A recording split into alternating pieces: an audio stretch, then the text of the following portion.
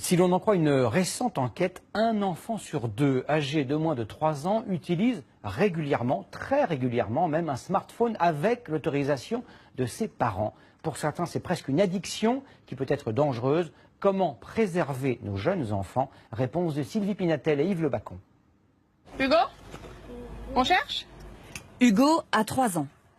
Et lorsque sa mère l'appelle pour jouer, qu'est-ce que c'est? Ça, c'est qui? il vient se lever dans ses bras. Bravo. Et comment elle fait la vache? Et répond à ses questions normalement. Bravo.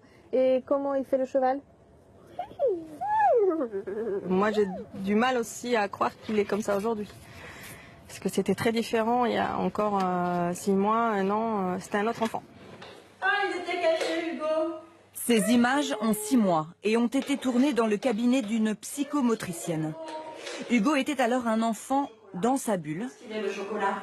exposé aux écrans 3 à 4 heures par jour. Chocolat. Il ne parlait pas et le moindre contact physique l'indisposait. Coucou les bras. Toujours pas de regard dans les yeux. Qu'est-ce que vous faites, madame? Pourquoi vous faites ça? Même avec vous? Ah, même avec moi. Pour expliquer tous ces troubles, les médecins ont envisagé l'autisme.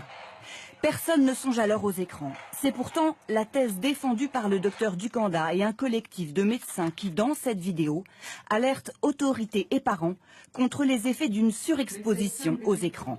Les enseignants nous demandent de voir de plus en plus d'enfants qui présentent des retards de développement, des enfants dans leur bulle, indifférents au monde qui les entoure, qui souvent ne réagissent pas à leur prénom, ce que l'enfant devrait faire à 9 mois.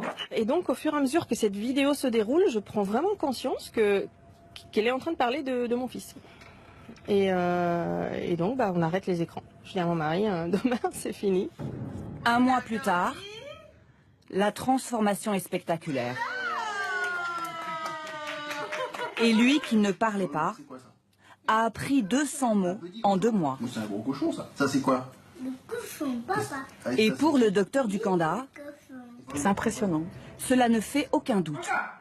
Hugo explore à nouveau le monde grâce à ses 5 sens et a retrouvé l'interaction avec ses parents. Son développement cérébral et moteur peut reprendre. En fait, on a l'impression que la vie est entrée en lui. Voilà, c'est exactement ça. Les parents me disent, notre enfant se réveille. On a récupéré notre petit garçon, on a récupéré notre petite fille. Ce qui veut dire, et c'est très important, que ce n'est pas irréversible. Exactement, ce n'est pas de l'autisme classique, puisque les troubles sont complètement réversibles à l'arrêt des écrans. Il est dû à l'environnement, et quand on modifie l'environnement, l'enfant se met à se redévelopper normalement. Pour qu'il n'y ait d'ailleurs aucune confusion, d'autres médecins ailleurs dans le monde ont trouvé ce terme, l'autisme virtuel, virtual autism. C'est une prise de conscience qui touche aujourd'hui tous les pays concernés par la vague numérique.